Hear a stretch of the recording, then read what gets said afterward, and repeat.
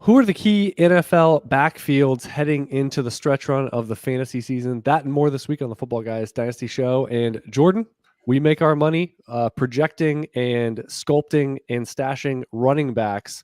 Who strikes you in terms of guys from the waiver wire, or just who do we have stashed that could make a big impact even if they have not so far? How about the logo? I'll just go right with Latavius Murray. It took him 1 week of being active to take over the Denver backfield. Just wrestled it from Melvin Gordon. There's a split between him and Mike Boone as the receiving role. That's 1 week. I'll give you a little sneak peek behind the door here. Third in expected points out of this backfield. Third in expected running back points so far. So this is a really good situation. And for basically nothing a couple of weeks ago, if you were sort of attuned to, if you got up early before the London game and you saw him available, like it cost you nothing. And like there's definitely viable spot starts. He went from being a street free agent to a 1 week stop with the Saints in London, and then parlayed that into the starting job in Denver. It's like that deserves like an oral history type of article on that, because it's an awesome story, and a person we're a fan of, really going to continue to make a fantasy difference. And like no backup running back's ever safe when Latavius Murray is still interested in playing football. It's pretty funny at this point. Yeah, my line was that he's the last guy you want to see signed. If you're a suspect, not an entrenched, I've been around for a while, been there, done that, all the job security in the world, I'm okay if Latavius, like if I'm an Alvin Kamara, I feel okay. But if you're one tier lower, there is worry. There is blood in the streets that could occur. And I also want to rewind to people were spending 2x, 5x, 10x on Mike Boone. The same waiver week that Latavius Murray was available. And then they were probably doing victory laps when Latavius Murray, 3 days, 4 days after going to Denver, Thursday night game following the London one, as you outlined, that he was inactive. And now let's go to actually being active 10 days later. And here he is 10 days, 11 days later. And this is a good situation. Like everyone wants to bang on Russell Wilson. The one thing that's missing right now is Russell Wilson touchdown rate. He's not throwing interceptions. This is a team that is leveraging the running back position. I do it every week for Footballguys. They are number 7 in high leverage opportunity score for the running back position. Number 3 in targets, 15th in goal line. Overall, a good situation. They've been top half almost every week of the season. So this is a good situation if you get the guy. And the main thing we always talk about is just getting equity and buying profiles. And can we get percentage point upgrades? And the Latavius Murray, who's been a multi-year NFL starter and productive player, an injury away guy, prototypically sized, still in the league at 32. And then everyone's racing to get 26-year-old nomadic, hardly ever been a starter to see more than 10 touches in a game, Mike Boone. And everyone thinks Mike Boone is the answer because he's been there longer. Latavius Murray hunts down starting opportunities and jobs. Right. And here he is getting signed, which I always find it funny, the whole like active back to practice squad. And now someone like Latavius Murray was signed away, but it's like, why don't you just keep him up? Like, why don't the Saints just keep? So that's the other thing. I know you can only be up for a certain number of games and all this kind of stuff, but Denver, bottom line, good situation. And you need to have heavy favorite as well. Melvin Gordon's in the doghouse, but the profile favorites are Latavius Murray and Melvin Gordon, not Mike Boone. And a lot of people dropped 30, 40, 50+% just 2 or 3 weeks ago on Mike Boone post Javonte Williams injury. Yeah. And this is a good example of, right, our approach to the running back position is a lot of them and cheap. Right. And you just sort of keep doing that. Right. You don't overpay. Especially like even if you thought the odds were even, you're like, or if you think Boone is a little bit of a favorite, you don't sit there and put a 50% bid in the same week on Mike Boone and then, a 25% bid in on Latavius Murray. Like you say, let me put in the same bid. And I didn't get 0 Mike Boone shares, but I got a heck of a lot more of Latavius Murray in that same week. And I think it's an important exercise because you don't just want to get, if you got Mike Boone, you can make a few more different moderate plays. But if you got Latavius Murray for 10%, you're still working with a lot, and that implies that you spent some in the first month of the season, but you still have more to go. If you shot that shotgun, you pretty much get, it's almost like a shotgun. You get 2 shots, 50% on Mike Boone, and then maybe you go big on somebody else. Mm-hmm. But when you're proactive and you're thinking ahead and you're thinking about who the next guy is, and you're thinking within the construct of, who was it years ago? Damian Williams? Or no, it was Tim Hightower, Damian Tim Williams. Hightower, right. Damian Williams, right. Darrell Williams at various points. Right. But if you think beyond what's in front of you, and what was in front of you was Mike Boone and Melvin Gordon. Yes. But you say, what if Latavius Murray? What if? And I think that's really important to say. There's a number of depth charts every year, and we're still checks watch first half of the fantasy regular season. And some of these depth charts, 49ers seem to be every year, but you get down to running back 3, you get down to running back 4. And when they were running back 3 in the pecking order, they're available for $1. When they're running back 2, maybe it's 10%. But then when they become running back 1, you have to blow the whole thing.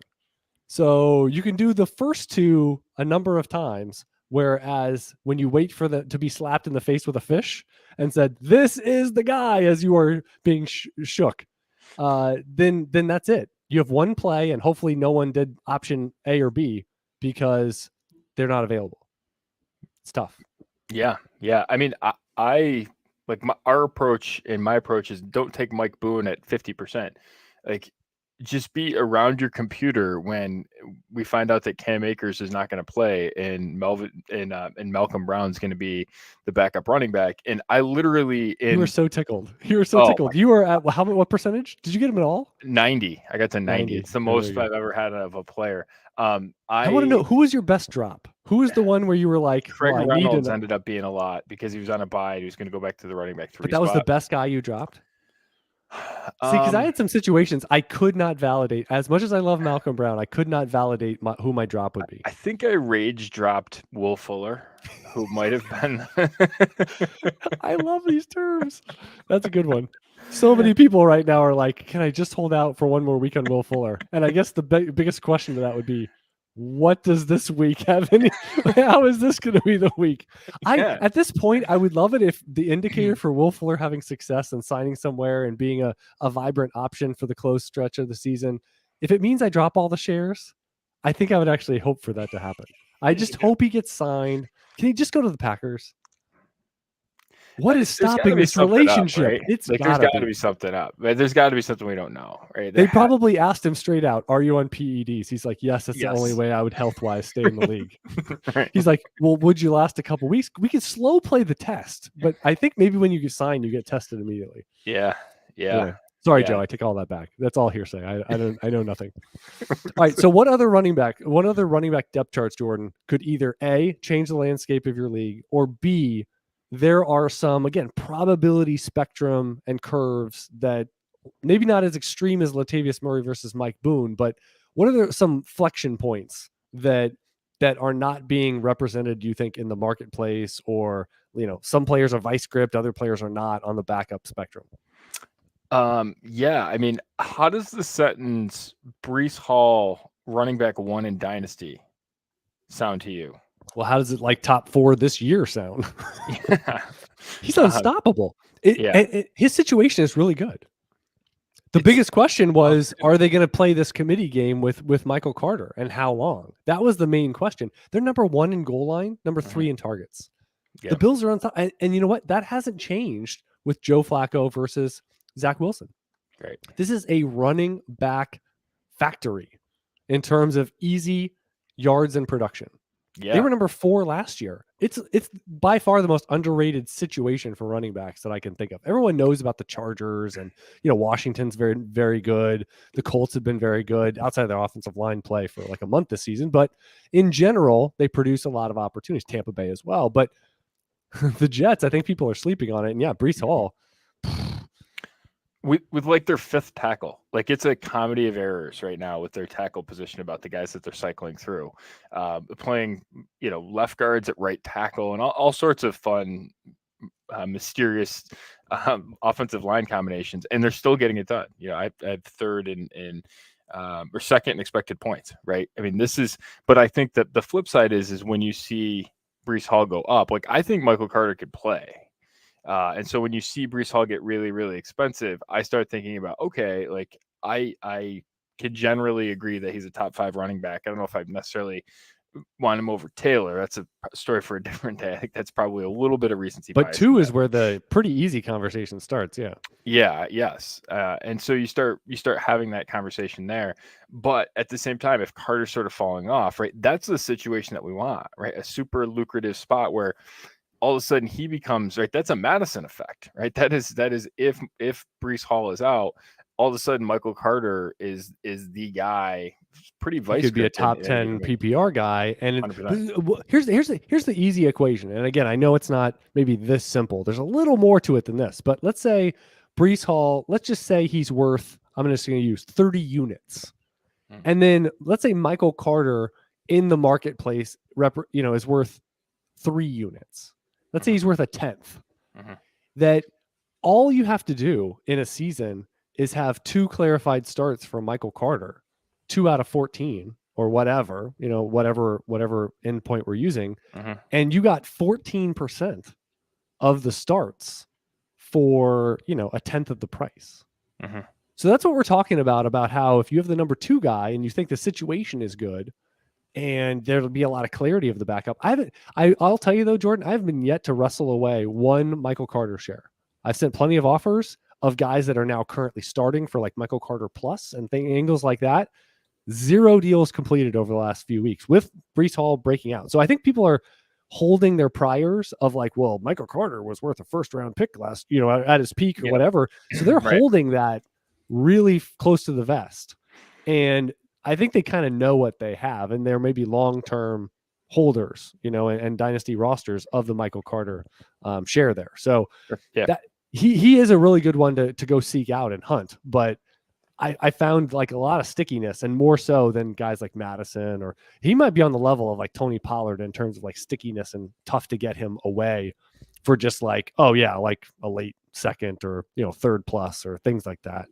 But yeah, the Jets are a really good one where you always say like if they're that lead guy, and that's why I play this. I mean, I feel like I'm an abused dog or pet or something where you just keep going back when it's like you don't know any other way. I don't know any other way, Jordan, than playing the Chargers backfield game. Right. I've been playing it for years. It always has centered around Joshua Kelly. And now it includes Sony Michel. Previously, it was Larry Roundtree. And then they had a 3rd guy. Oh, it was Justin Jackson. They just keep rotating this through. And then now it's Josh Kelly is out for 2 to 4 weeks. And Sony Michel was barely getting a sniff. He was the clear running back 3 previous to this. Did that injury happen in game? It must have, because he played like 2 or 3 snaps. I didn't even notice he played. I noticed it was all Sony Michel. And I was like, well, this is on brand. I mean, they switch every single, they've switched 12 times in the past, 18 regular season games. So I'm not surprised when I see that. Right. But they are number 1. If Austin Eckler goes out, I mean, we're talking Sony Michel. I mean, this is a good, next player to mention. Sony Michel, a former 1st round pick, would inherit one of the best situations for running back in the entire NFL. I mean, Austin Eckler is an absolute monster, but our job is to play the game of what if he's not there? And if he's not there, things are going to get really interesting fantasy wise. Yeah, for sure. And you think maybe there's a chance that Isaiah Spiller comes back and plays at some point, but hasn't been. Well, I was going to ask you, Isaiah Spiller. How does this? Do you have any shares?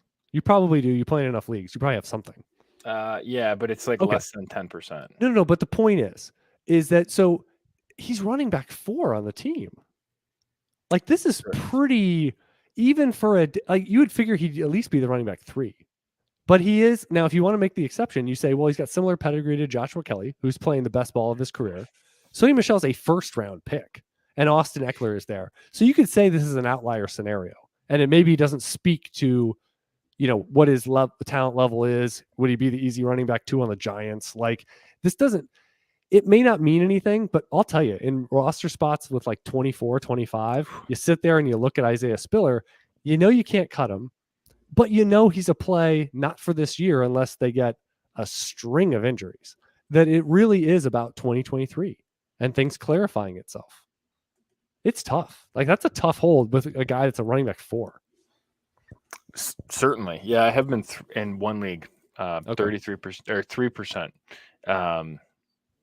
So not a lot. He was in a precarious spot in terms of where he was being drafted in rookie drafts. Like, right. Yeah, he was going ahead Brian of some Robinson, of the other right. appeal. Yeah. Correct. So, and he was like a round ahead of Tyrion Davis-Price and stuff like that. So, yeah, I didn't get a whole lot either. But I just think it's an interesting, like, we in August, a lot of the talk was probably, Spiller's going to be the number 2 by now. I mean, Joshua Kelly's out. Oh, it'll be Spiller. Spiller's the number 2, right? Right. No, he's not. He's actually not. One other avenue too. If you're looking for running back help right now and you're contending, I think now is going to become the situation time where people begin to sell, and they don't want to be left holding the bag with a 27-year-old Austin Eckler with Fournette. Right. So now is actually the time. And like, I was thinking about this, like you could legitimately have Austin Eckler as the running back 1 as we sit here right now, by a couple of points, by the way.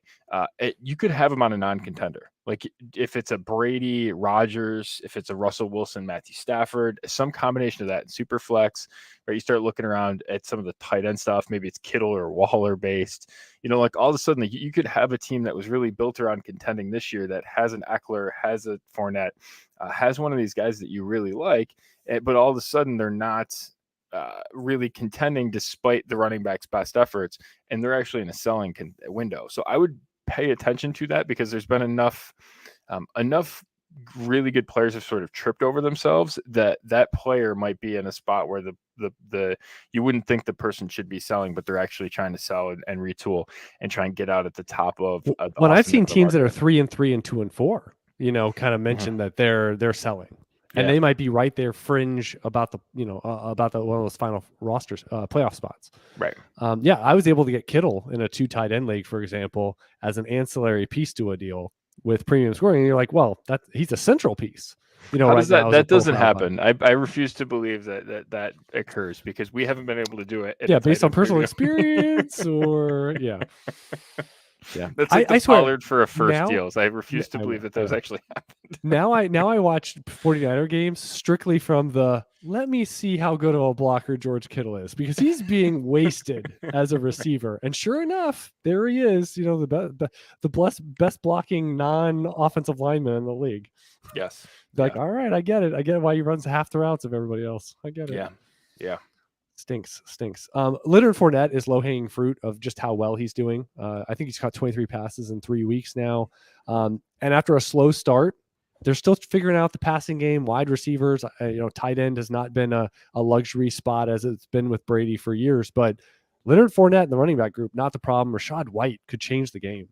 I mean, if Fournette goes down, Rachaad White could see, like we said, the Madison effect, the almost identical usage of what Leonard Fournette is doing and catching 6, 7, 8 passes. He could be a bigger James White. I mean, they already trust him, and he's a rookie. Right. He's a rookie, and Brady is already peppering him when he's in the game. So that's another big one. And let me see. I also, Green Bay, for as much as they've struggled, it's because they're really splitting that backfield. If it consolidates, that's another one where we're kind of getting low running back 1, high running back 2 out of Aaron Jones. AJ Dillon has not been the flex play that I think a lot of us expected him to be. The touchdowns haven't been there. The goal line opportunities, the offense has generally sputtered. But you concentrate that to 80+% snaps for one guy. And again, it's going to be, I don't care, how middling that situation is, it's going to go through the roof for the ceiling of either guy. So that's another one. And I think the Colts too, if we saw some positive signs and they're figuring things out with the offensive line, that we saw Deion Jackson, 28-point Deion Jackson. I want a sweatshirt that has Deion Jackson. Flatline, and one dot way up here. That's what I want to see. And you know what? The heart attack logo. And you know what? It was the week where we actually saw the week before that he was over Philip Lindsay. We got the perfect storm where Nyheim Hines was going to be out. Jonathan Taylor not back. You press that button. You press that button on Deion Jackson, and we got 28 points. And it was the most predictable week of the whole season. And now we kind of know. I still think, yeah. The biggest thing is now we get later in the season, and you can have a lot of confidence. I think he would be in line to play, for lineups, even if Nyheim Hines were active. Yeah. Because Nyheim Hines is going to be that classic. We kind of like his 1B role at all times. And we just saw Jackson. He's caught all 14 of his targets. I mean, he has overachieved every expectation I had as a receiver coming out of Duke. That was my biggest question. I was like, this guy is big. He's athletic. I think there's some upside here, but I'm not sure he's going to be a true 3-down guy. And yet we just saw him get peppered. So that's highly valuable when we go ahead into next season and beyond. I really hope years from now, we're actually still talking about Deion Jackson. He's developed into an injury away plus guy. And this is just the start of it. I really hope it is, because he has earned that. He looks like a baby Jonathan Taylor out there. He's a guy that's big. He has acceleration, and now we know he has hands, and now he's put some games and production behind him. Yeah. Any other backfields? Any other high leverage ones that can change the season? No, I think we hit it. I think we're doing it. One last one, I would say Buffalo. They made Zach Moss inactive. Singletary's been pretty high level. I'm interested to see if they continue to get James Cook involved. But what that situation would look like in a spot start scenario, like Singletary is kind of doing it all. I'm curious to see what would happen in a spot start scenario for James Cook, more than I'd necessarily maybe trust him. I just want to kind of see what it looks like a richer version of Deion Jackson, like just to see sort of so I have proof of concept going forward. Of what it looks Jackson like. Type plus player. Right. And we said, I mean, if you draft James Cook, they should be looking as a receiving centric option. And our biggest question was going to be, are they going to change their stripes? Because this is a team that 27th, and 26th, the previous 3 years in running back targets. This year, 5th.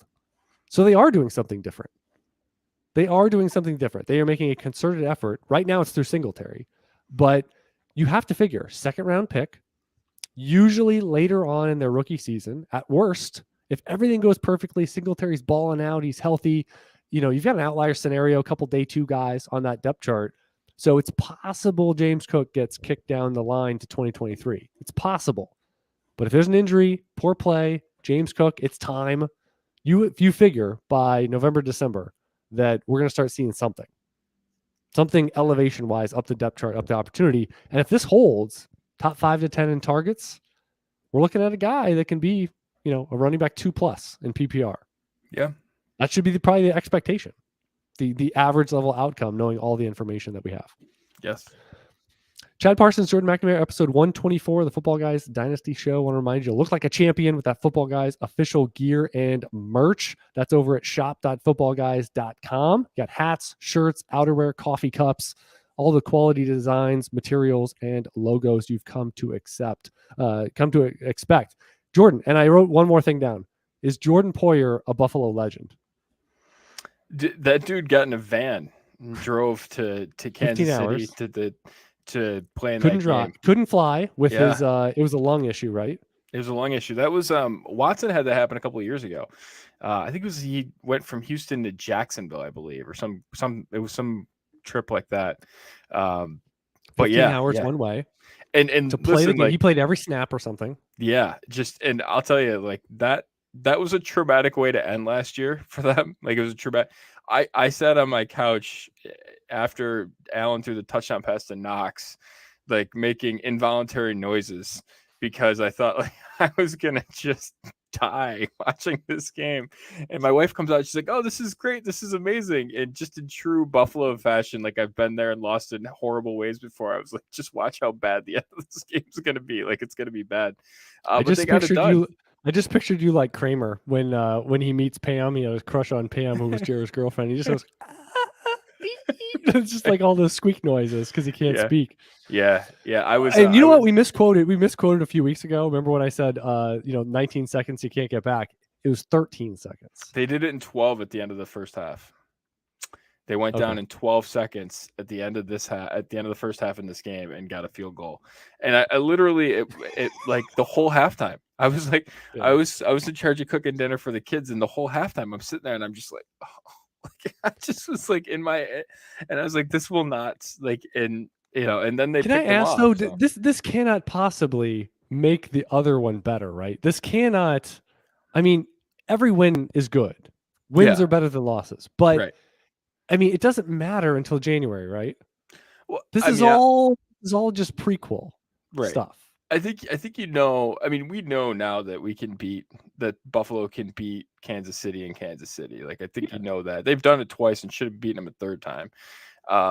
But this makes it a lot less likely that that's going to be a trip that they need to make. I mean, right? Like, when you look at the two teams with how they've played, how they're constructed, that Kansas City is just now. I will say this: if you put Tyreek Hill on Kansas City, then I think it's a much closer, at least setup and preview to the game.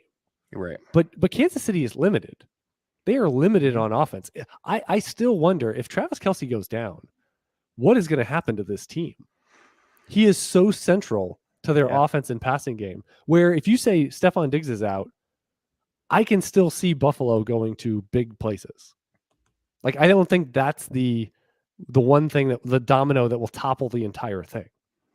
I think they still have multiple outs. And I don't know if the Kansas City has a lot of outs other than they need the perfect storm. Yeah. They need it's interesting when you look at the teams that traded away that what they had as a wide receiver one, a handful of them, Tennessee with AJ Brown, Green Bay. Green Bay with Devontae Adams, Baltimore with Marquise Brown, and Kansas City with Tyreek Hill. They're all struggling. None of them found whatever answer they thought would be there. Correct. Has not been the answer. And honestly, like, with I think a lot of the way that defenses are structured now, like, you need a guy. I think like it's a both a floor raiser and a ceiling lifter to just have a guy that can go out and win on his own, right? Like, and Allen can throw it to Diggs in almost any circumstance. Philadelphia added somebody. They're undefeated. That's not the only reason. They're a very good roster overall. So, but it changes your reality. Like, those superstar wide receivers, like, there's a reason why they're making as much money as they are, because they're that valuable. And like, it's interesting that you look at how good Green Bay's been at team building for the last 20 years, and that their response when everyone else was sort of leaning the other way was to say, we can replace Adams, and not really. It feels like the Moneyball thing, does it not? It feels like that meeting where they're like, we're gonna replace Giambi and the aggregate. But it feels like that's the discussion these teams had. But it was a really bad aggregate, right? Like, I know, but in football it doesn't work that way. You can't have 4 wide receivers total Devontae Adams, right? Because that takes up 4 spots, right? Because the gravitational pull of Adams is so large. That right. And again, the key moments. What happened? Correct. He was Cooper Kupp uncheckable. Right. When they said in the clutch, we're going to Devontae Adams. When the Rams said we're going to Cooper Kupp, right, for a whole drive, you stop us, season on the line. They couldn't do it. That's what we're talking about. Yeah. And it's really hard. Like, it's really hard to get. Like, you look at the we talk about the 2-minute drills where you're fully incentivized to play 4 downs and throw it every down. It's almost impossible to stop a defense. To stop an offense. A big time quarterback that has legit weapons. Right. It's almost impossible to stop. And especially if they have a rushing threat, for goodness sake. Right. With the way the rules are, and to not hold a guy. Right. And to not have an interference penalty. Like, you're basically like, if you don't get a sack or a holding penalty, and you now have unlocked the 4th down. Right. That's why I always think it's like a bad idea to put the team behind. Because at least if it's tied, they might be slightly more conservative. Right. Around midfield, because they don't want to give up a field goal in a tie game to the other team. Right. Vegas got in that situation and Yeah. actually went for 2 and Yes. they didn't get it. And I actually think it worked in their benefit. Yeah, exactly. I was like, that's a good idea because now, and it actually worked out, right? They got the ball back. They did get the ball back with a chance to win. That's exactly what they wanted to. Yeah. Right. Right. But I think that whole like going up by, 1-2 is probably the worst case scenario. Right. Because first of all, they only have to get inside the 40, or something like that. And then the other part is 4 downs plus you're going to have them highly aggressive until they get easily into field goal range. Totally. All right. It is time to mention that to sign up. It's time for the Stash of the Week, powered by Sleeper.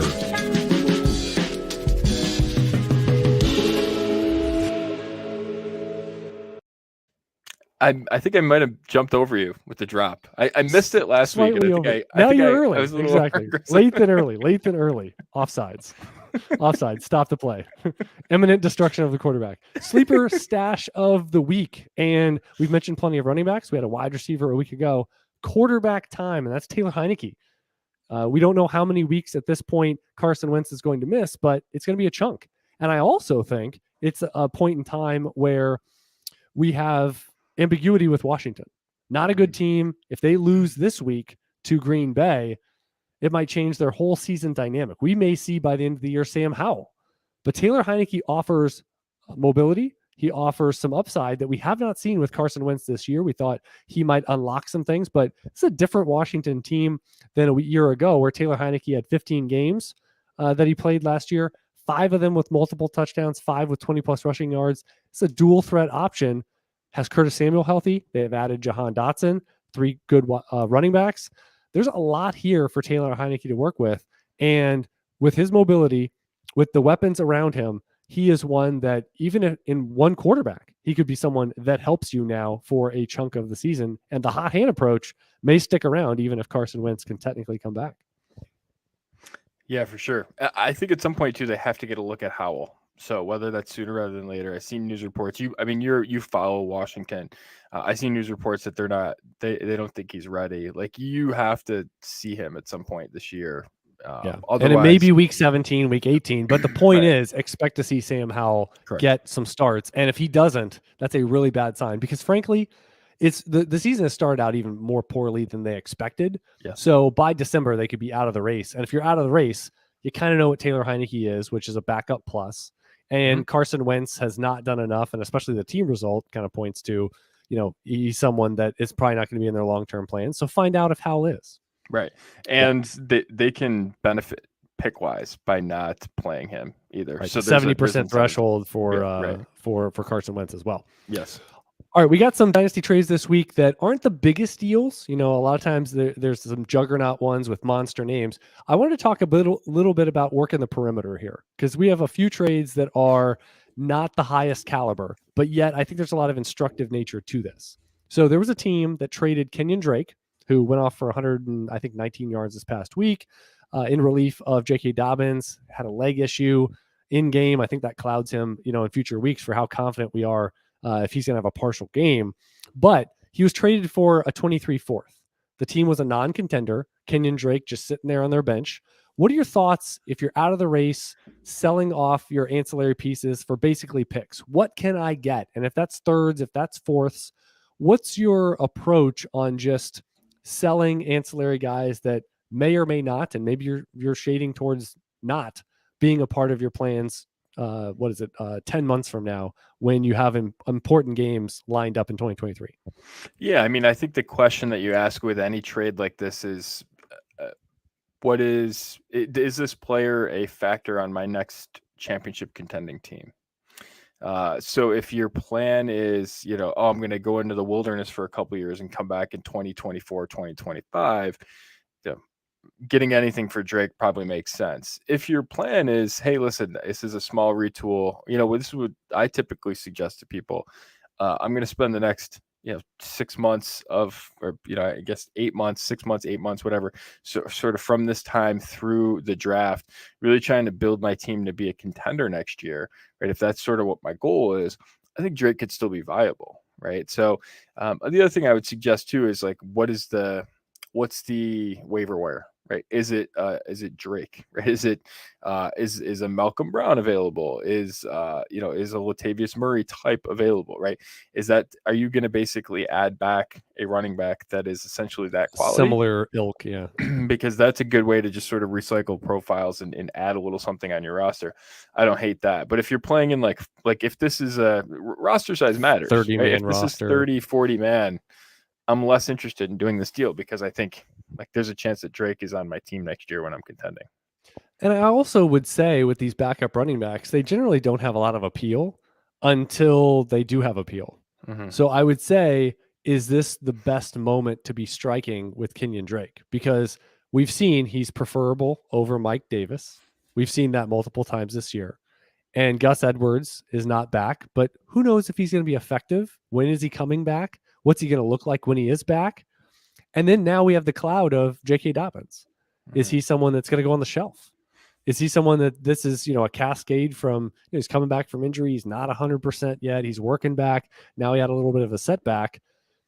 There's a perfect storm where Kenyan Drake is far more predictable in terms of what's his role, how confident are we in lineups than right now. Like, I don't think we can have a lot of confidence for a week 7 start for Kenyan Drake. And there's a lot of cloud everywhere. So, I mean, he has a profile that he could be worth a second. He could work his way up to perfect storm, optimized, clarified, and he's worth a second. And like you said, it's not like he's 33 years old or we feel like he's 2 steps out of the NFL next offseason. He could still be someone that's considered a primary backup on a depth chart. And I don't think you sell that for a 4th. Right. He's no Latavius Murray, but he is a value. Yeah, I mean, it seems like this is just early and low, and the whole selling off. Like, I think what you said about the waiver wire. If this is 24-man roster, and you can go and you're like, oh well, I'm going to pick up Rex Burkhead, or I'm gonna if there's legit options out there that are number 2s on Drake's level, then yeah, you're getting a 4th and you're getting that player for Drake, or you're kind of getting the pick. But a 4th is pretty low, and let's face it, if it's a deep league, you kind of said, you'd want better because the waiver wire stinks. But that's the only possibility. You start getting 2 tight ends and 2 quarterbacks and all this stuff going on. That's where a 4th might matter a little bit. But yet Drake's value increases there too. So it works both ways. And I think, for me, I don't just sell off for a 4th unless it's a super shallow format and it's literally a guy like you said that I don't see in my plans at all next year. Right. Then I'd bail for a 4th. Or waiver dollars or whatever. Just get him off my roster. I'll turn it out. 1 quarterback, Cam Akers for a 24-second. What a experience for Cam Akers, right? You tear your Achilles, you work all the way back, you get into the lead role of a backfield that ultimately goes and wins a Super Bowl. And within a year of that, you're basically on the outs. Like what a roller coaster that is. Yeah. Yes. Not one that we've seen a lot recently either. So, it gives me a lot of pause about Akers going forward. He hasn't been rookie contract. The team has almost. Here's the thing: he's not going to garner a lot, right? We've seen this countless times. In general, the public or what you hear just discussed on Twitter or proclaimed on Twitter of what players should get in the trade market. Usually it's less. Yeah, you're not getting a day 2 pick for him. I would doubt it. Right. And I mean, we're talking about a guy being recycled. This is year 3, right? Right. For him. So he's still got insulated low cost to him. Correct. Because those bonuses have been paid out and things like that. And he's still not going to go for a very high pick. Right. And I mean, that's pretty damning to change teams this early. Yeah, not great. There's more to the story. There's more to the story, that, especially if he does get dealt, and it's for a 4th in 2024, right? Something like that. 5th, right. It might even be a 5th. I mean, right. Running backs don't go for a lot. Yeah, it's just a lesson. If we go back to that draft class, right, and we go back and you say it's Taylor, it's Swift, it's Edwards-Helaire, Dobbins and Akers, right? I think at the time we said hey, one of these guys is probably going to be really good. 2 of them are going to be sort of, in the range of your starters. One's going to get hurt and the other one's just going to bust, right? We've kind of. I think the thing to remember is that Akers went the last of those, right? Well, I think the thing to remember is that Dylan went the last of all those guys. Oh, that's right there, yeah. And was still the same pedigree. Now it hasn't been quite as well this year, but I mean, you could argue right now he's above Dobbins, he's above Akers. Like, you can make the argument. He's pretty high up on that list for sure, and at a steep discount from where you were. So yeah, I mean, I think that running back class is a really good litmus test. And again, maybe that's a cautionary tale as you go forward, right, for a class that everyone's in love with 2023 as we sit here right now. Well, the quarterback class last year, right? Look how loaded it is, right? And we might get one guy that's good. We might get a couple guys that are we might get a couple guys. It's literally been 20 years since we had that magical, the quarterback class where like everyone hit, right? The Eli, Ben and Rivers, Rivers and others. Yeah. I mean, so it does not happen that often. And running back, especially, we got that many guys in the first couple rounds. And Burrow, Herbert, and Tua might be the other one that could potentially put themselves on that landscape. But yeah, it's not super common, and so people are getting. Well, here's the thing: if you view Akers as more than an injury away option, then the second is a palatable price for sure. Sure. If you view him as a primary backup that needs something to break, and he's probably going to. I mean, what depth charts? I mean, we're not going to do a list, but we could do an hour on this. I mean, yeah, but there's not that many it's in season. If it was 2 months from now, there might be more injuries, or a few weeks. We just don't have that many right now of where's he going? I mean, what jobs are open? Is he a piece? I mean, I keep coming back to why I think Stafford's going to bounce back. Right, like I look at Stafford's number, like his touchdown rate's too low, like his below interceptions are like historically high, even though he hasn't been a super low interception guy anyway. Right, still overtly high, right? And the yardage is actually kind of on what you would expect. So you start looking at that, and you're like, all right, well, how do things get better? Well, just some natural regression. But the other thing is like they seem bound to make a move. Like this team is like if there's any team that's not going to settle for, they're either going to agree on price on Odell Beckham, or they're going to bring somebody in, or they bring in Christian McCaffrey, right? And that potentially changes their scenario. And I wonder if Akers isn't a piece that goes back in that deal, right? I don't think it's straight up, but it'd be a ton of cost savings for them. Christian McCaffrey to the Rams would break my brain, just because it would also be like going to the Ravens, because they're historically bad at using running back that it makes me think that they would manage to mess it up. But you know what? What would we say? In Sean McVay, we trust. Right. Yeah. So I mean, you could play him outside. Like you can do a lot of different things with him that I don't think they've had someone to do that. Again, is Ken McVay sort of do that? I would bet yes. Right. I think McVay's smart. I think it's tough to mess up Christian McCaffrey. Right. And careful. We could try. There's some teams that can do it. It is tough to mess it up. Start naming names. Carolina themselves for a few games this year messed it up. Correct. So I look at that and I'm like, all right, like there's a spot where that the shape of that deal makes sense. Like that's a spot where Akers could get maybe a clean start.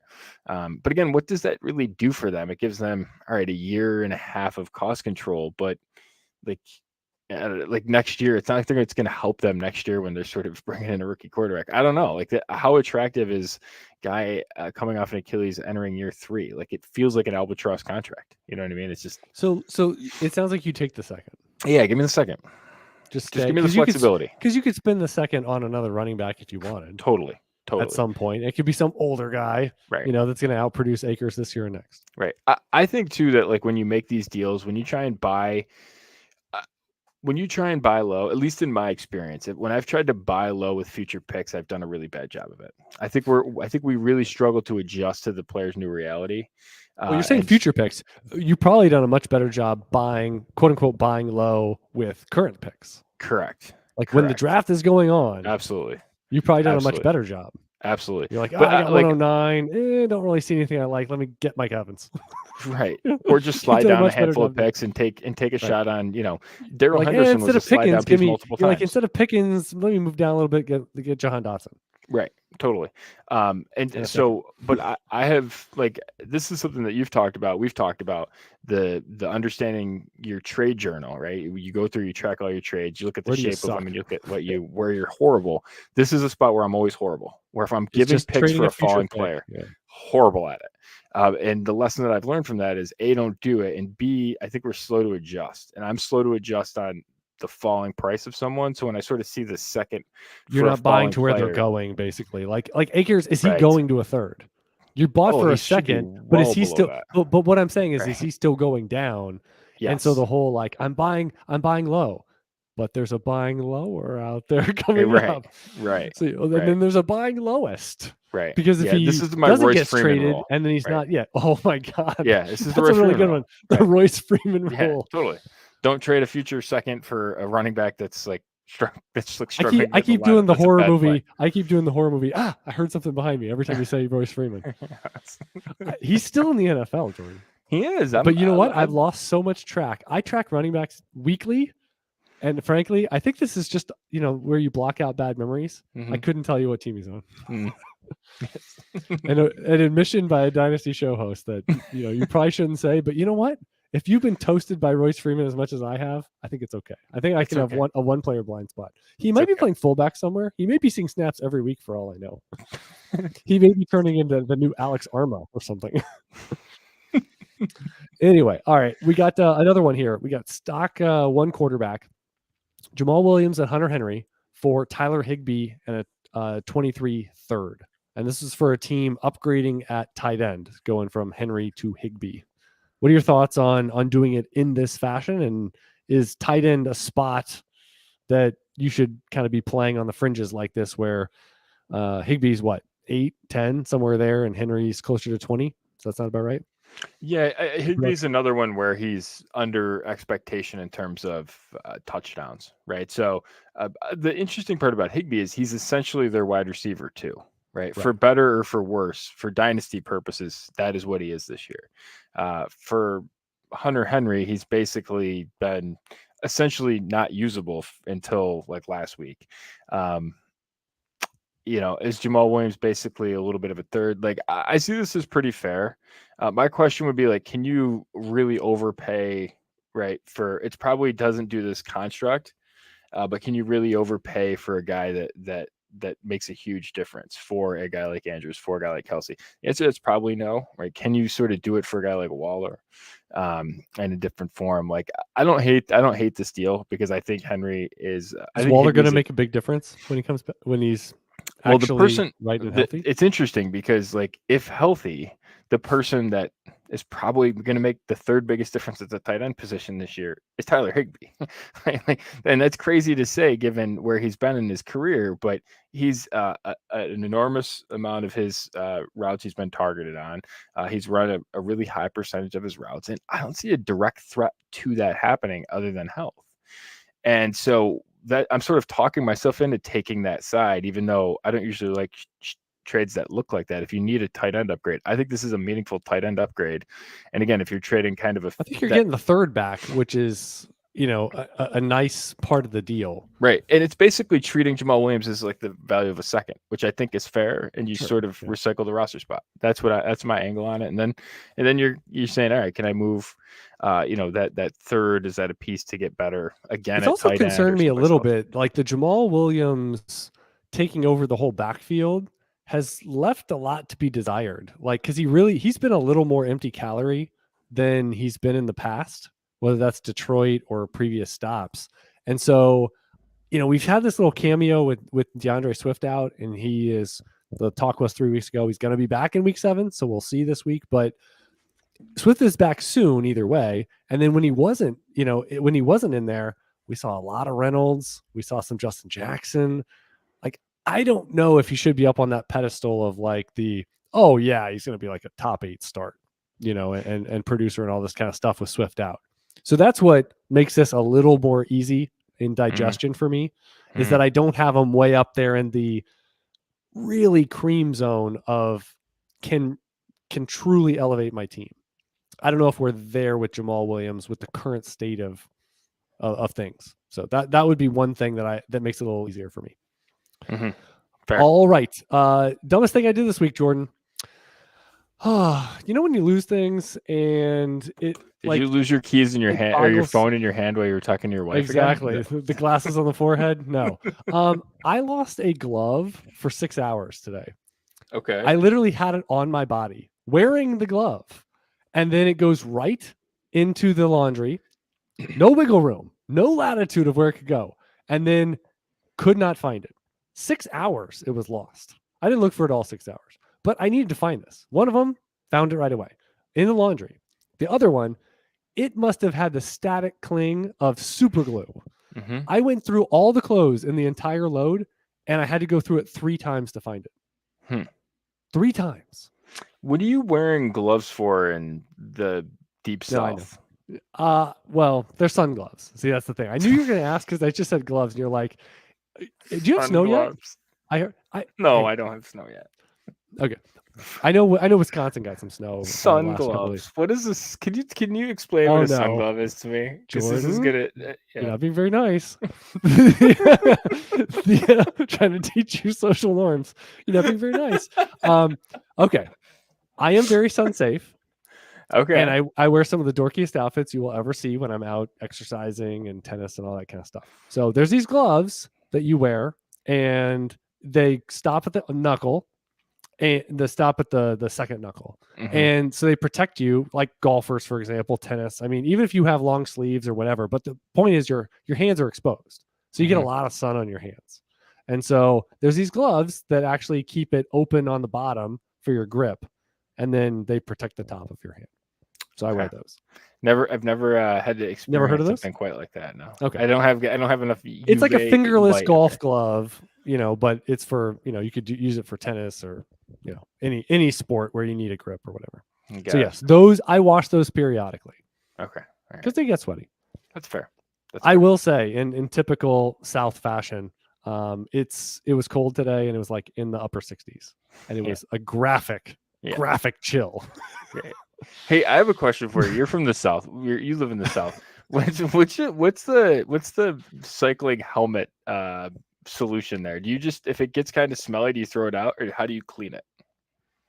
Wait, smelly? What are you talking about? Yeah, like the strap, all the stuff. You get kind of sweaty. It just kind of. I just throw it away. No, You just I throw don't it. know. Yeah, I just got oh, by the way, cycling talk. I just got a new helmet, Jordan. Oh, I had one. I had one where the clasp, the plastic snap.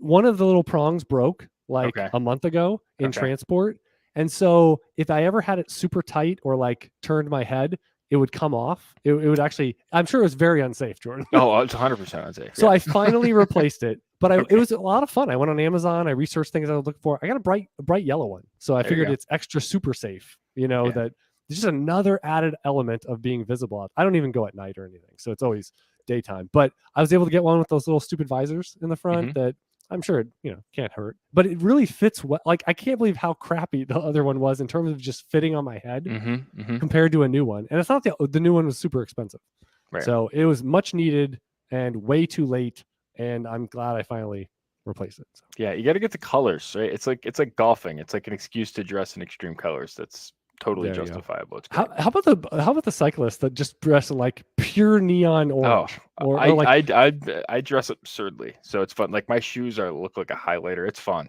You know what I wonder though? I see some guys that they've got the super expensive bike. They're out in the nines in terms of like the outfit. They've got everything. They've got the back, the low back pouch that has stuff in it. They have all this stuff, but then I look at them and I'm like, how are you not in better shape if you buy it? I'll look at them and be like, you look like a T-ball coach. Like, what's going on? You look like you're the third person on a bowling team. Like, what is this? Like, how much do you bike? You take your outfit way more seriously than many aspects. Than your actual personal fitness, right? Yeah. Like, I'm like, you must not go very often, or like, because I almost think to myself, I was like, I know people that like Jordan's primary exercise, maybe sole exercise, is cycling, and I was like, I don't understand. Like you have the outfit. You have the outfit of a guy that does 150 miles a week. Right. And I don't know. Do you go out? I mean, maybe they go out once a week and it's pretty casual and they do 20 miles. I don't know. But I certainly wouldn't get the outfit. Like I am the type that I need to know I'm taking it very seriously. If I were to get that outfit, like I would need to be pot committed. You got to Like, get some serious all in. sun gloves down there if you're going to be on Oh, your yeah. bike with an outfit like that. Yeah. Well, I didn't even tell you I wear hoods, so I even go one step further. I have a hood, Okay, to protect your neck and your neck, head. and yeah. I mean, so I could wear a regular hat instead of Okay. wearing a hat with like you know all the cape and stuff. Right. So Got it. Sun gloves. I am telling you, Jordan, you did this to me.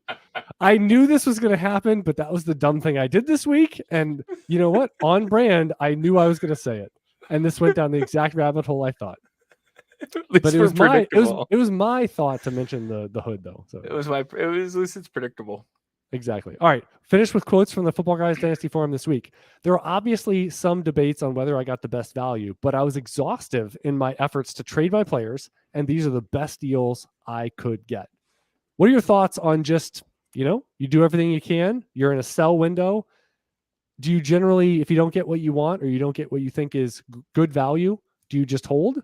Or do you do what this poster did and just say it's the best I could get after an exhaustive effort?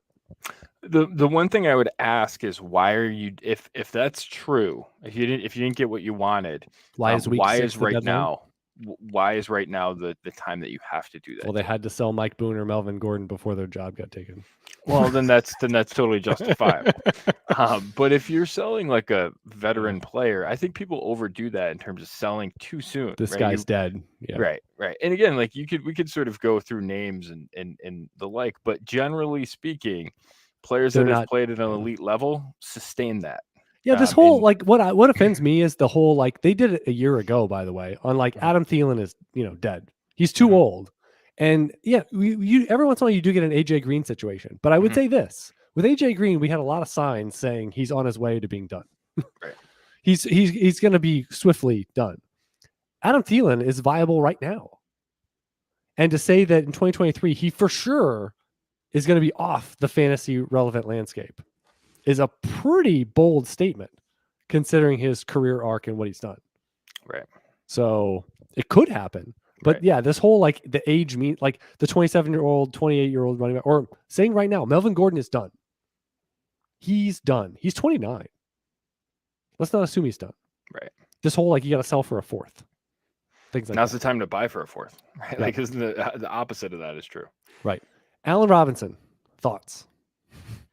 That's not a quote. That's just my question. Is he back? Does somehow 5 catches make him back? I'm not trusting him to put him in my lineup. I think it would be. I'm more interested in Allen Robinson for what he does for Matthew Stafford than I am with Allen Robinson what he does for himself right now. Okay, so that's kind of the lens at which I look through. Give me 10 seconds on if there's something we missed in the proclaiming Allen Robinson a key rising Phoenix potential for this year.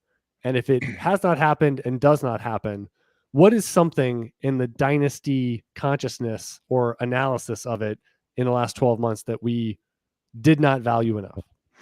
I mean, I think the takeaway would be you don't value news reports from beat reporters and from coaches and all that stuff in preseason more than you value the career arc of the player. I thought there was reasons that was the wrong way to go with Allen Robinson, right? I thought that the situation in Chicago was just so dysfunctional that you couldn't really blame that entirely on Allen Robinson and that a new system was going to be better for him. I think that might have been the wrong way to go. So it's a tough one, right? But I think you generally lean towards the numbers and don't overreact to narratives, which I think is what happened with the Allen Robinson situation. I think the one thing I think of is we had a player that had a profile that you could see basically being on the front 9 of being done. Mm-hmm. Career arc. Then they paid him, which is even harder part. No, I know, but take out situation of where he was to where he was going. But if you just look at the player, you're like, this is a guy at a point in his career that had some injuries. He wasn't really a giant separator. And if he loses a little bit and all of a sudden he gets in situations where he's not getting a ream of contested catch, jump ball, 50-50 opportunities, what does that look like? Well, it could look pretty bad. And I think that's something of, again, the other stuff absolutely shaded us and bumped us up from there. But to not be open to a guy that he's on his way to being done and he could change teams as much as he wants, but changing teams generally not a good thing. Right. And he could be done in his late 20s. So, the guys that last till their 30s and, 35 and all this kind of stuff, they're outliers, but generally they're still relevant the whole way through. Right. They don't go through these 2-year blocks of like, oh my God, he's done. And then they pop back up, Right. unless you're Randy Moss and there was, that Raiders year and stuff like that. But like, he was an all-time player. So that was the one thing of like, you can go 1 foot in, but don't go 2 feet in. And I was pretty extreme. Like I was all in on Allen Robinson being great with a capital G this year. So I'm looking forward to being good with a lowercase G. That'd be nice. Like 5 for 63 is a pipe dream. All right. One more. We've got what's 2 the weeks name ago, of our show? It's going to be what? Tempered. What is it? Tempered enthusiasm or bridled enthusiasm? Exactly. 2 weeks ago, when Javonte Williams went down, everyone put in bids for Mike Boone. But thanks to the Sharks on here, so they were referencing the forums here at Football Guys, they kept saying Latavius Murray was the play. Might listen to this show. It didn't look good after sitting out their Thursday game due to a quick turnaround from London, but I'm liking when I was able to get him for $2 of my fab because he was overlooked. So any final thoughts? We talked about it earlier, but just it's a very instructive example that looking at waiver wire and opportunities and the bidding strategy and all of that. I mean, again, this was a critical one just a couple weeks ago and probably not the last one we see this year. Yeah, it's don't be too sticky on the back of your roster, right? Constantly be hunting these situations, and when you learn from them and another situation opens up, go to that one and just keep doing it, right? And this is a good example of it. Don't be too sticky on the back end of your roster and just keep churning it, right? And this week's Latavius Murray might be, there's any number of guys it could be next week, and then if that doesn't work out, keep churning and churning and churning, and give yourself more opportunities to do it. But embrace the variance, baby. That's Latavius Murray's, the star of the running back, the high end running back, really making a difference is Latavius Murray, and that's the lesson that you learn. These guys are super, super valuable, and you have to constantly be on them. And it doesn't mean they were super valuable in August or in week 3.